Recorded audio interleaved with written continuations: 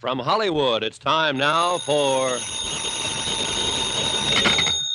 Johnny Dollar. This is Charlie Burton speaking. Oh, morning, Burton. So you're still alive, huh? If that was an attempt at humor, it was entirely out of place. Well, it's early yet. I'm the comedian, and I'll make the jokes. Your job is to protect my life. Don't tell me you've been shot at again. This time of morning? Boy, whoever it is really must hate you, Burton. Dollar, so help me. So help you nothing. You may be good old lovable Charlie to 40 million television viewers, but to me, you're just a pain in the neck. I'll remind you, To sir. my client, you're worth $500,000 because he was fool enough to write an insurance policy on your life, but not to me. My price on you is a fast 3 cents, give or take a couple. My life has been threatened. Sure, and that's why I'm here. But yesterday, when I tried to get you to cooperate, you called it a practical joke. Well, I'm not calling it that now. No, because somebody tossed a bullet at you last night and scared the living pants off of you. Well, call Captain Peral of the Ensenada Police. Mr. Dollar. Look, I need please. another hour's sleep, so don't phone my room again before 9 o'clock. Goodbye.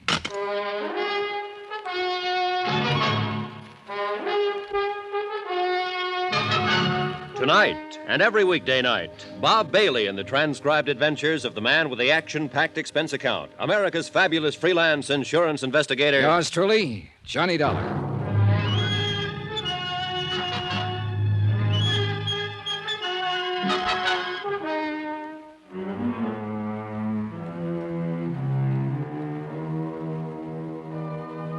From Special Investigator Johnny Dollar, location Ensenada, Mexico.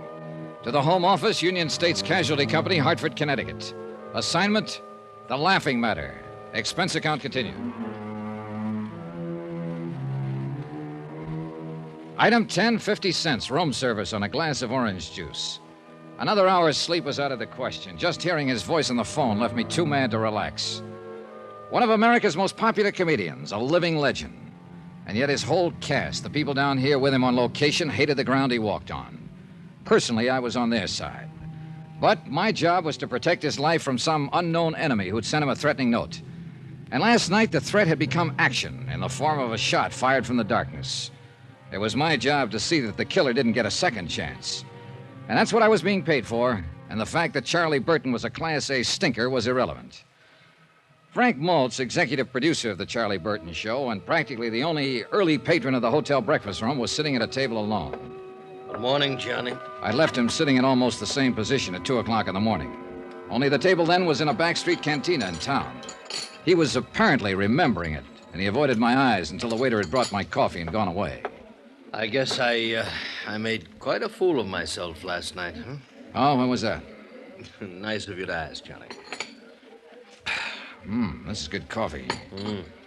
Oh, you'd been making the rounds last night, for whatever reasons, and you felt like talking. But I wouldn't call that making a fool of yourself. All right. Thanks. You were sober enough when I left you. Oh, sure. You just sat there and let me talk it out. Where'd you go, anyway? I came out of the cantina a few minutes later. You disappeared. Captain Peral, Ensenada Police, picked me up in a prowl car. He'd located that maid from the hotel here. We went to her home and talked to her. So?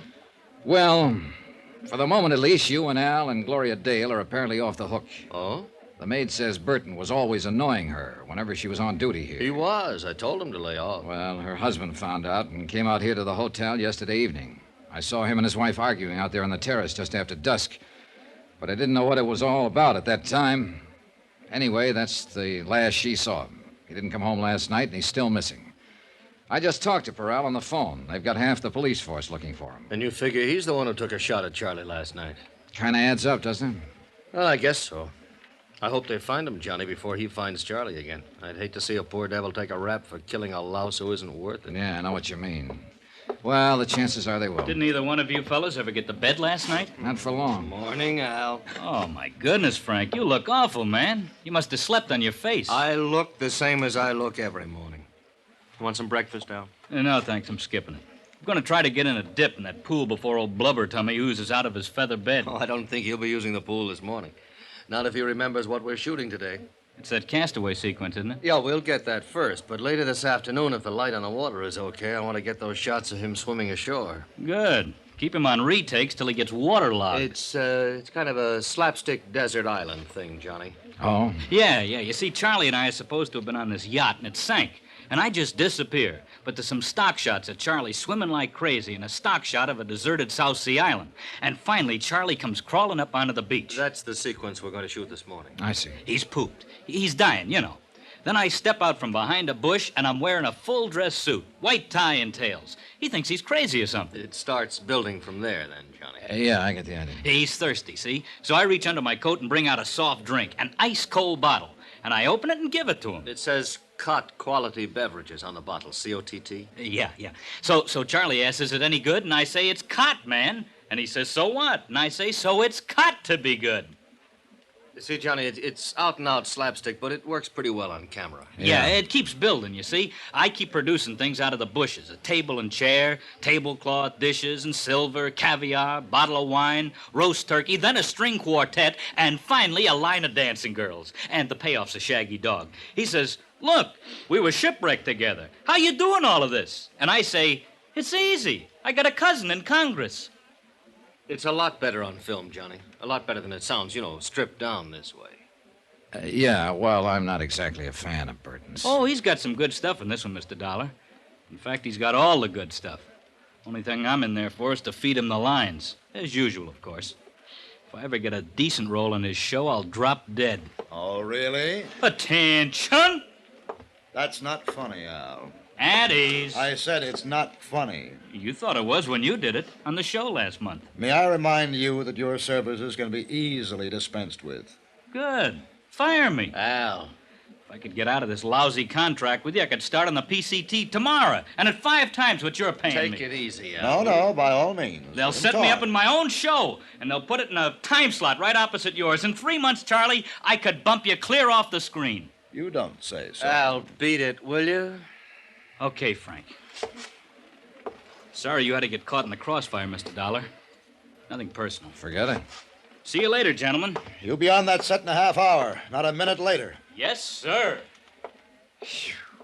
You certainly are one big happy family, aren't you? Dollar, that kid was a nobody when I picked him up. You're wrong, Charlie. That kid is a real talent, and you know it. You see? You see what I have to deal with? He's done as much for this show in the past year as you have. You see, Dollar, I'm forced to live in the very presence of my enemy. Who made them your enemies, Burton? Look, my only concern has always been the welfare of those less fortunate than myself, those who depend on me for their professional careers and their livelihood. I understand there's some difference of opinion about that. Well, it's envy, nothing but envy. Would you like some more coffee, Johnny? No, thanks. I've had about all I can stand. Yeah, so have I.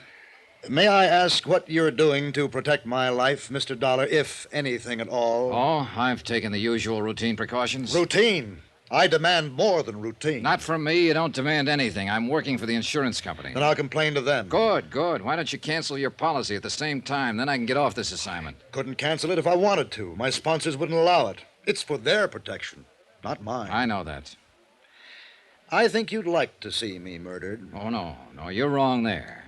That would mean I'd loused up an assignment, and I take pride in my work. But you wouldn't care personally.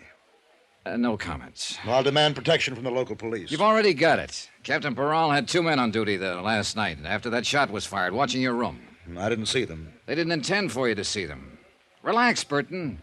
If the worst does happen, ballistics can probably identify the killer after we get the slug out of your body. Dollar, this is no laughing matter. Then why did you treat it like one? Why did you tear up that threatening letter? Why didn't you call the police in right then? Why didn't you cooperate with me yesterday when I got here? And why the devil did you make a pass at an 18-year-old girl in the first place and get her husband out gunning for you? You mean you know who's trying to kill me? If it's any satisfaction to you, Burton, just in case he gets past us, you probably have been killed by a man named Nacho Morales. His wife is a maid here at the hotel, as you no doubt know. That little native girl? Yeah, that little native girl. Oh, now, look, both of you. No, I was wrong. I admit it. I just lost my head, I guess. When a man's under pressure all this time, as I am, he doesn't always think straight. Now, I didn't mean any harm toward her. Maybe you'll be able to convince Nacho of that, if he waits long enough to listen. No, don't, please. I know you hate me. All of you do, but I'm not as bad as you think. You just don't know the load a star has to carry. Then why don't you tell us about it? You, Frank. You don't think I'm being fair with Al. You think I'm holding him back, not giving him a chance. Well, you're wrong. I'm actually carrying him, teaching him things I've learned over the years. Oh, he knows quite a bit now, Charlie. So you don't believe me? You don't think I know what I'm talking about? Well, let's... All right. All right, I'll show you. Al said he was written down in today's sequence. He said that I had the great role. You heard him say it. Well, yes, Then Charlie, let him have it. I'll What? trade with him. You mean that? Yes, I mean it. Let him change any line he wants. To fit his style, he can play it any way he likes. I'll take that role he says is so bad, and I'll still come out the star. All right. Charlie, we'll have a go at it. Fine. I'll see you on the set, unless somebody manages to kill me first. Good morning, gentlemen.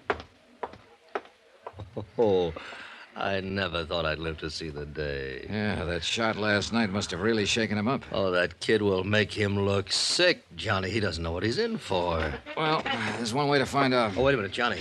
I've been thinking about something you said. Oh? That maid, Morales' wife, does she speak English? Nope, just Spanish. Well, what about her husband?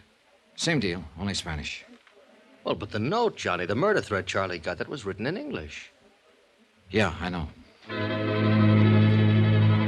The South Sea Island set was built on the beach at the far end of the bay. The technicians and the rest of the cast were already there when Maltz and I arrived, and they started shooting 15 minutes later. Gloria Dale wasn't in the sequence, so she slept in at the hotel. Some of Captain Peral's men were on hand, on the lookout for Nacho Morales, but he didn't show. By 3 in the afternoon, they were nearly finished. They'd shot the last scene once, but Maltz decided on a retake. So Hal sat down again at the fully laid table on the beach, and they started to roll. He poured himself another glass of colored water from the prop wine bottle and began to carve the roast turkey while he exchanged lines with Burton. Then suddenly Al missed a cue, faltered on a line, and Maltz cut the cameras. Al pushed back from the table, stood up slowly, then staggered and fell. I rushed toward him, pushed through the crowd that was gathering, and kneeled down beside him. But he was already dead.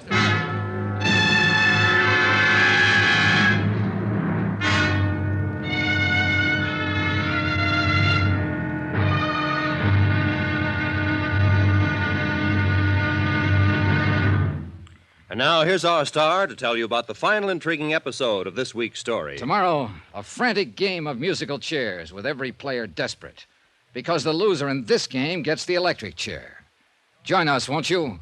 Yours truly, Johnny Dollar.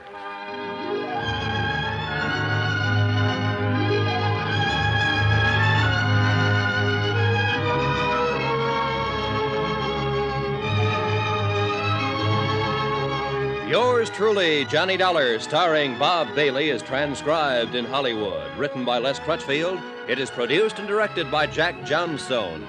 Be sure to join us tomorrow night, same time and station, for the next exciting episode of Yours truly, Johnny Dollar. Roy Rowan speaking.